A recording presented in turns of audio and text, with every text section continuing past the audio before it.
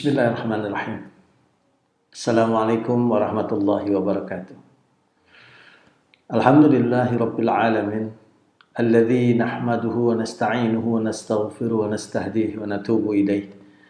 Wa na'udzu billahi min sururi anfusina wa min sayyiati a'malina. Man yahdihillahu fala mudilla lahu wa man yudlil falan tajida lahu waliyyan mursyida. Ashhadu an la ilaha illallah wahdahu la syarika lahu.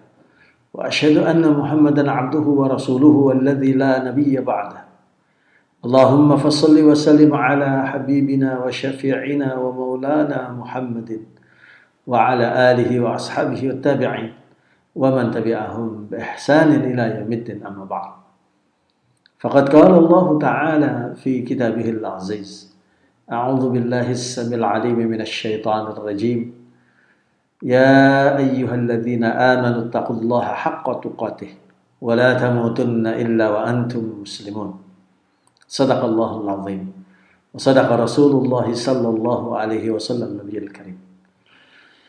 Para pemirsa yang budiman, dikasihi, dirahmati dan mudah-mudahan dimuliakan oleh Allah Subhanahu wa taala. Bersyukur kita kepada Allah Subhanahu wa taala dengan senantiasa meningkatkan takwa dan keimanan kita. Sehingga pada hari ini kita masih diberi kesempatan untuk bermuajahah, untuk bersama-sama al-faqir, menasihati pribadi dan mudah-mudahan bermanfaat untuk kita semua. Melanjutkan kajian yang lalu dalam Haqiqah Sufiyah, di seri yang ke-11. Kita membicarakan bagaimana tentang hakikat-hakikat manusia di sisi Allah SWT, di sisi alam semesta, di sisi makhluk-makhluk yang lain. Dan pada kesempatan ini setelah kita memahami betul bahwasanya tidak ada jalan kecuali kembali kepada Allah SWT, kembali kepada ajaran Allah, kembali kepada ayat-ayat Allah di dalam Al-Quran Karim dan juga sunnah Rasul SAW sebagai wahyu. Wa ma yantiqu 'anil hawa in huwa illa wahyu yuha. Dan tidaklah apa yang diucapkan oleh baginda Rasulullah SAW itu mengikuti hawa nafsu, tetapi senantiasa mengikuti wahyu yang diwahyukan oleh Allah SWT kepada baginda. Ma'asyiral muslimin, para pemirsa sekalian. Kita memahami ini dengan jelas bahwa Al-Quran merupakan satu kitab yang tidak ada lain. Karena Al-Quran ini kitab khusus yang diberikan kepada baginda Rasulullah SAW dan tidak diberikan kepada nabi-nabi sebelumnya. Kecuali hanya kepada baginda Rasulullah SAW sebagai penutup para nabi dan penutup para rasul. Sehingga dengan demikian kandungan nilai Al-Quran Karim adalah menyeluruh.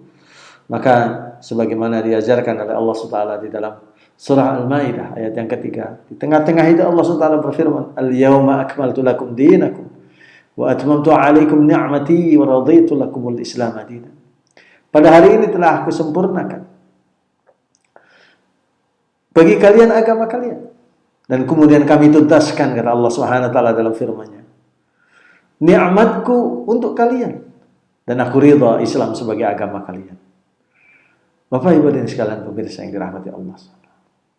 Disinilah letaknya kita. Sehingga ketika persoalan-persoalan dalam kehidupan kita semakin hari semakin bertambah. Semakin hari semakin luar biasa. Ada orang yang menganggap ketika tidak dengan timbangan-timbangan adab, tidak timbangan-timbangan Al-Quran, tidak timbangan-timbangan wahyu Allah SWT, dia merasa dirinya benar. Maka dengan demikian dia merasa pandangannya adalah pandangan yang paling tepat. Ide-idenya adalah ide-ide yang paling luar biasa. Tanpa merujuk sama sekali kepada Al-Quran Al-Karim maupun Sunnah Rasulullah SAW. Kalaupun merujuk kadang-kadang sesuai dengan pandangan mereka juga di dalam memahaminya. Tidak mengembalikan sebagaimana apa yang dulu di dalam kehidupan baginda Rasulullah SAW telah dijelaskan. Dan kemudian para sahabat pun juga telah bertanya.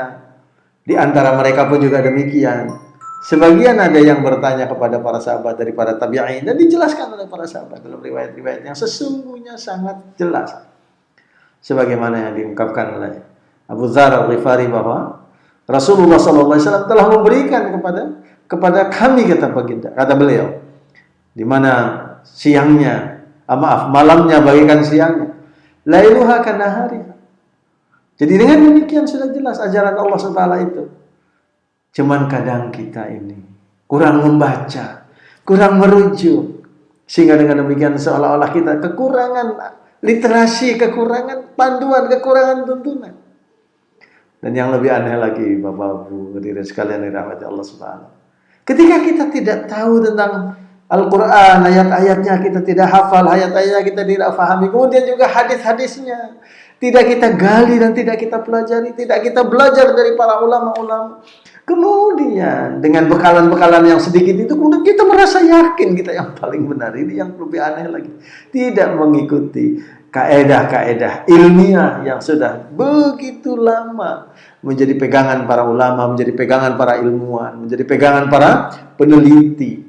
Sehingga dengan demikian, ya, dengan bekal-bekal yang seadanya, tetapi kemudian merasa telah tercukupi bekal-bekal itu. Padahal perjalanan kehidupan Rasulullah SAW yang dituntun oleh Allah SWT melalui Al-Quran Karim, dan kemudian juga melalui berbagai macam wahyu yang lain yang selain Al-Quran, kemudian diceritakan ada baginda dalam hadis qudsi, dan kemudian juga melalui berbagai macam tuntunan-tuntunan, sehingga dengan demikian telah jelaslah apa yang disampaikan oleh baginda Rasulullah SAW dalam kehidupan kita.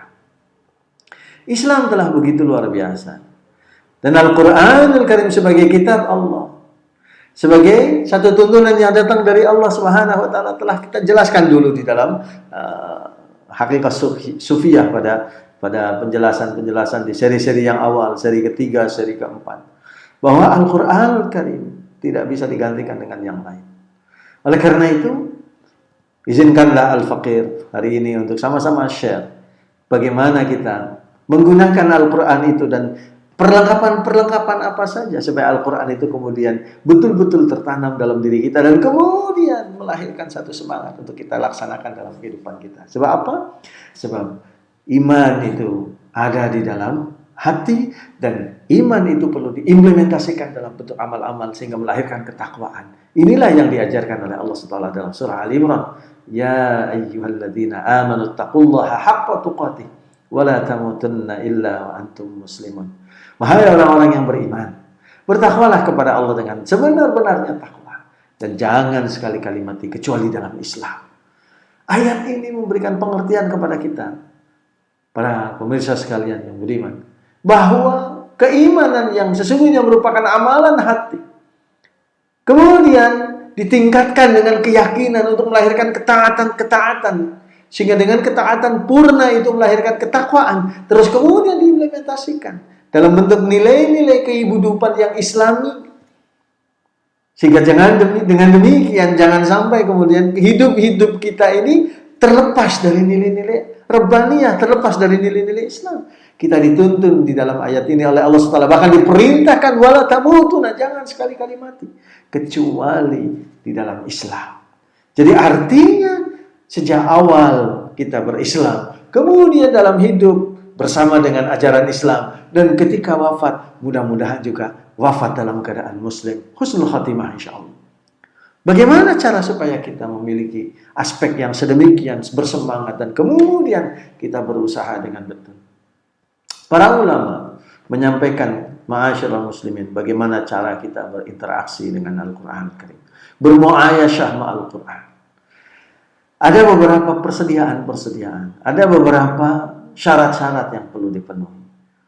Yang pertama adalah, ma'asyiral muslimin rahimakumullah, adalah bagaimana memahami Al-Quran itu di dalam hati kita. Ini aspek yang sangat penting. Aspek yang sangat penting dan paling mendasar. Kenapa demikian? Karena Al-Quran diturunkan oleh Allah